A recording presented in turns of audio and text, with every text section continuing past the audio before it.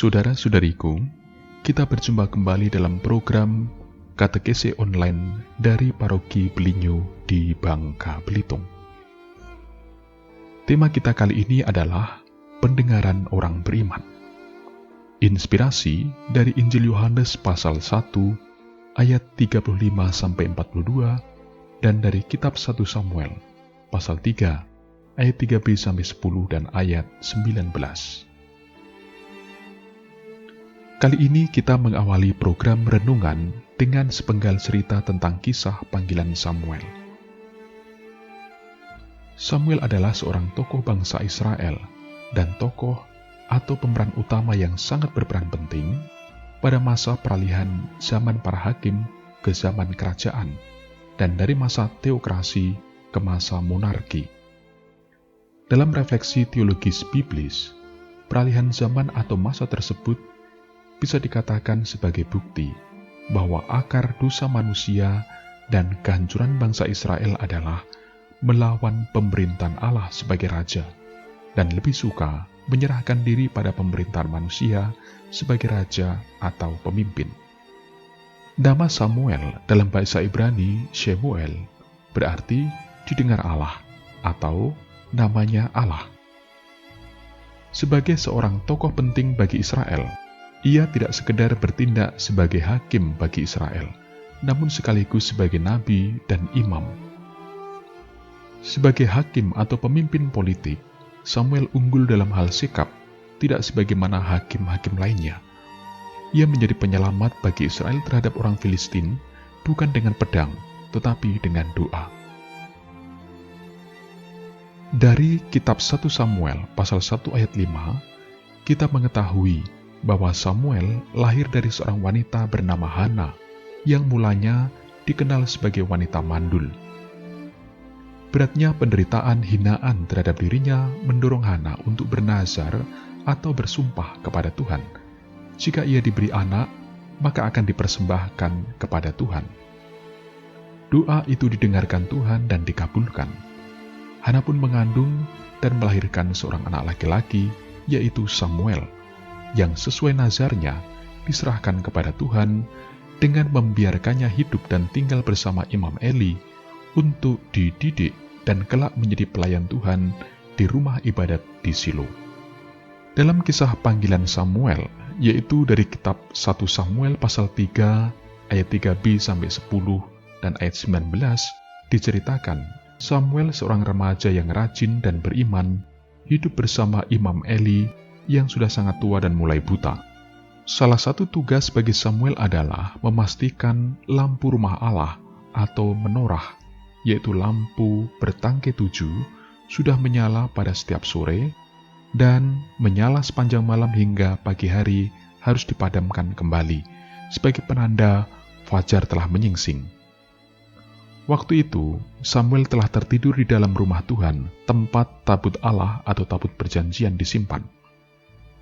Mengenai tabut perjanjian ini, dalam kitab Keluaran pasal 25 ayat 16 dikatakan sebagai peti yang di dalamnya ditaruh loh batu, yaitu 2 keping batu yang memuat dekalog, atau 10 perintah Allah yang diterima orang Israel di Gunung Sinai melalui Musa. Tabut ini melambangkan kehadiran Tuhan di tengah bangsa Israel selama pengemaran di padang gurun, dan selalu ditempatkan di tempat-tempat suci dari suku-suku Israel, yaitu di Gilgal, kemudian di Betel, dan akhirnya di Silo.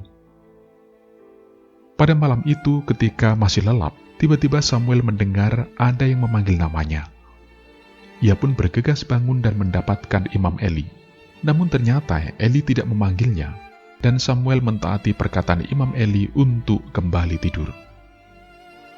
Demikian hal yang sama terjadi hingga 3 kali, yang membuat Imam Eli tersadar bahwa itu panggilan Tuhan bagi Israel, dan ia pun menasihati, supaya ketika Samuel kembali mendengar namanya dipanggil, agar menjawab, "Berbicaralah Tuhan, sebab hamba-Mu ini mendengar." Samuel melakukan seperti yang dikatakan Imam Eli. Kisah panggilan ini merupakan perkenalan pertama Tuhan kepada Samuel, dan begitulah selanjutnya, hingga Samuel dewasa, Tuhan beberapa kali menyatakan dirinya dan menyertai Samuel. Sementara Samuel setia mendengarkan firman Tuhan kepadanya. Sampai di sini, mari kita berefleksi. Kesediaan Samuel menjadi utusan Tuhan atau nabi berarti sebagai kesanggupan untuk mendengarkan firman Tuhan. Dan itulah syarat utama untuk menjadi utusan Tuhan. Karena dengan itu, ia akan memahami kehendak Tuhan dan mampu menyampaikan kepada orang lain secara benar dan tepat. Sebagaimana panggilan kepada Samuel, demikian juga terjadi di antara murid pertama Yesus. Para murid pertama-tama dikisahkan mengikuti seorang nabi yaitu Yohanes yang membaptis banyak orang. Yohanes selalu memberi kesaksian tentang Mesias yang akan datang yang disebut Anak Domba Allah. Ketika melihat Yesus lewat, Yohanes menunjukkan kepada para murid bahwa dialah yang dimaksudkan dalam pengajarannya.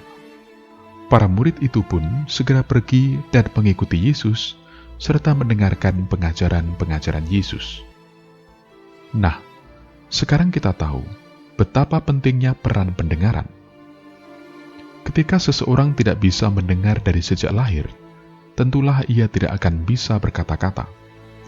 Demikian pula, tanpa kesetiaan mendengarkan firman Tuhan, mungkinkah kita berbicara tentang kebenaran dan keselamatan dari Allah yang dinyatakan dalam diri Yesus Kristus Tuhan? Setia mendengarkan kehendak Tuhan oleh Rasul Paulus dalam 1 Korintus pasal 6 ayat 13-15 dan ayat 17-20 dinyatakan dengan mengajak kita untuk memuliakan Allah dengan tubuh kita. Sebab Allah menghendaki dalam tubuh kita Roh Kudus-Nya berdiam, agar kita tidak lagi menjadi milik bagi diri sendiri, tetapi milik Allah. Karena itu, dengan istilah percabulan, Paulus menegaskan, janganlah menggunakan tubuh untuk perbuatan sia-sia, dan bahkan menjerumuskan ke dalam dosa yang mendatangkan maut. Sebab, tubuh itu untuk Tuhan, dan Tuhan untuk tubuh.